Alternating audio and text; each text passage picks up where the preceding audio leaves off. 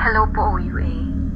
Gusto ko lamang ikwento yung nangyari noong high school ako sa HA room namin. Tawagin niyo na lang akong Kara.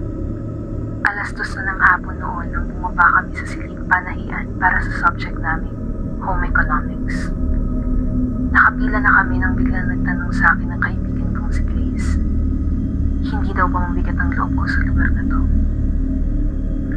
Matagal na kasing usap-usapan na may isang estudyante noon dito na bigla na lang nawala matapos ang ilang araw na hindi pag-uwi upang tapusin ang kailangan niyang tahiin.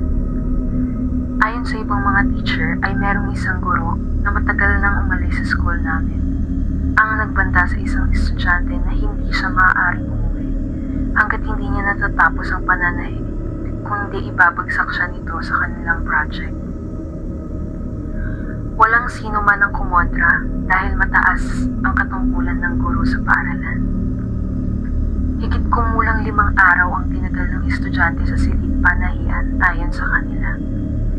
Maibang nakakita pa daw na wala ng telang nakasalang, ngunit wala pa rin humpay yung pag-andar ng estudyante sa makina habang nakatulala.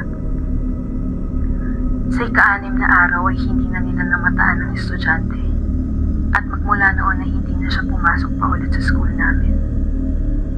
Nagkaroon ng investigasyon tungkol dito dahil sinubukang kontakin yung pamilya ng estudyante pero napag-alaman na umalis na sila sa tinitirahan nila. Dahil sa nangyari, piniling umalis ng teacher ng estudyante para hindi na siya maliin pa.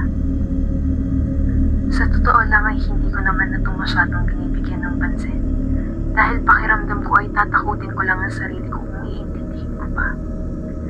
Nagpatuloy yung klase namin nung araw na yun hanggang sa oras na ng pag-uwi. Nasa gate na kami ni Grace noon at nagpaalam na siya sa akin na kailangan niya nang umuwi dahil may kailangan pa daw siyang bilhin. Naglakad na ako papuntang sakayan para makauwi. Pasakay na sana ako ng tricycle nung nakapakong wala yung pouch ko. Nasa pouch ko ang wallet at iba pang mga gamit ko. Sa classroom ko yun huling nakita kaya paniguradong doon ko siya naiwan.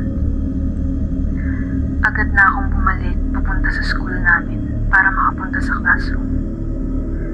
Wala na halos tao sa school namin kundi yung guard. Naglakad ako papunta classroom namin. Ngunit bago pa man ako umakyat sa hagdan papuntang classroom, may kung anong tunog akong narinig. Parang makinang umaandar. Hinanap ko yung tunog at nalaman na nanggagaling sa may kabilang kwarto sa gilid ng hagdan to. Ang kwartong yun ay ang HA room namin. Hindi ko makakalimutan ang pagkakataon na yun. Talagang nanindig ang aking balahibo. Lumapit ako sa kwarto. Palakas ng palakas yung tunog. May makinang umaandar. Dahan-dahan kong pinihit yung doorknob. Biglang tumigil yung tunog. Madilim at walang tao sa loob. Para akong binuhusan ng malamig na tubig nung araw na yun. Hindi ko na nagawang isara pa yung pintuan dahil tumakbo na ako. Hindi ko na namalayan paano ako nakarating sa bahay namin nang naglalakad lang. Matapos ang araw na yun, naging usap-usapang ulit na madalas tumutunog yung makina kahit walang tao. Sabi nila, tinatapos pa rin daw ng estudyante yung project niya.